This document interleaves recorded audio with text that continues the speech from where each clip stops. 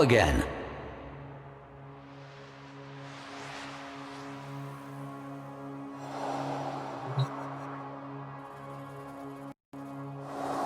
This is Atlas, hard as stone. Is it any surprise that his story begins with an asteroid? Temple Telamon had cast a spell on the indentured masses with a song that heralded the coming of a great stone destroyer, a god who would shatter the world and lead them to a great rebirth. The Orokin mocked the cult's off-key singing, their spasmodic dancing, but the spell only grew stronger. Telamon broadcasts would oft-times wedge into control channels to spread their doomsday message. For the suffocated lower castes, the notion of something more powerful than their Orokin masters must have been intoxicating. A brutal Orokin crackdown seemed to be working, until an asteroid was detected on a collision course with Earth. The Telamons celebrated it as prophecy writ true, divine intervention. For the first time in living memory, the Orokin showed vulnerability. It did not matter that the destruction would be total. For the Temple, this was a sign of a new age.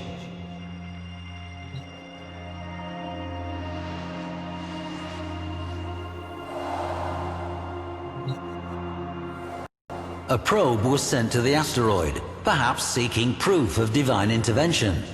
It found intervention, though it was anything but divine. The rock had been fitted with colossal steering thrusters, and manning those thrusters, a bevy of well-armed Telamon. Having taken fate into their own hands, they set about a final convulsive dance aboard that rock. Battle cruisers, Orgon missiles, a gale force of Dax. The Orokin could have resolved this in any number of ways, but their enemy was not the Telamons themselves. It was their ideas. Atlas alone was sent. As he crashed onto that rock, his Shakiro helm greeted the cultists.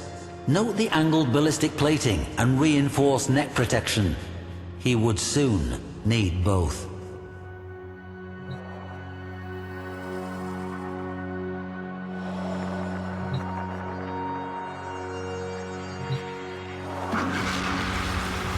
For years, historians felt this tale of Telamon quite improbable, an artifact of Orokin propaganda myth. Then, on our system's outer edge, we found a debris field of small rocks and dust in a lazy elliptical orbit. Upon these rocks, we find the remains of peculiar stone statuary. The petrified figures, clearly temple members, have been frozen into a tableau of struggle and death. Or was it perhaps a dance? This remarkable find forces us to rethink the entire tale as fact.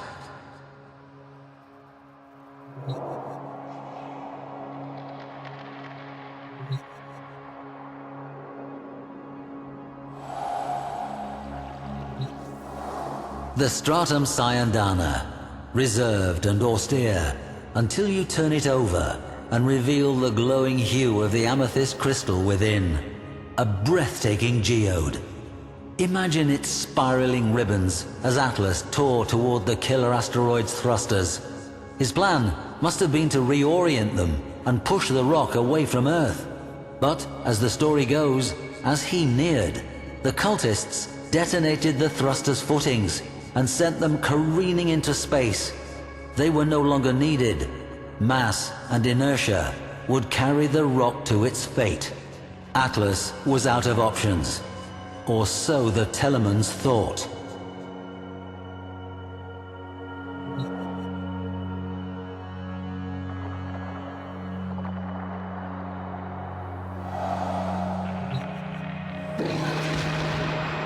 The Techo are perhaps my favorite pieces in this gallery.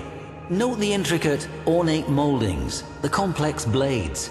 Quite the contrast from Atlas's otherwise workmanlike appearance. The beauty and craftsmanship conceal the true purpose of the Techo, as indentations found in cultist skulls attest. I have to wonder what frenzied dance would have been interrupted, or if the whiplash strikes and jabs of the Techo might have blended into the crowd's fitful celebration.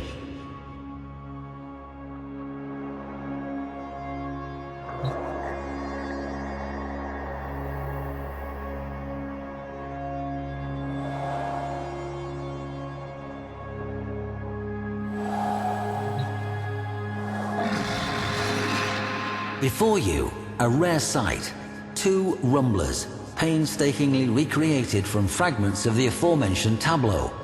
How these inert and rigid formations are compelled to life by Atlas defies reason, yet it is true. Consider the confusion of those Telemons as the very stone they worshipped came to life and set upon them. How could they retaliate against such a thing? Like sparring with a landslide.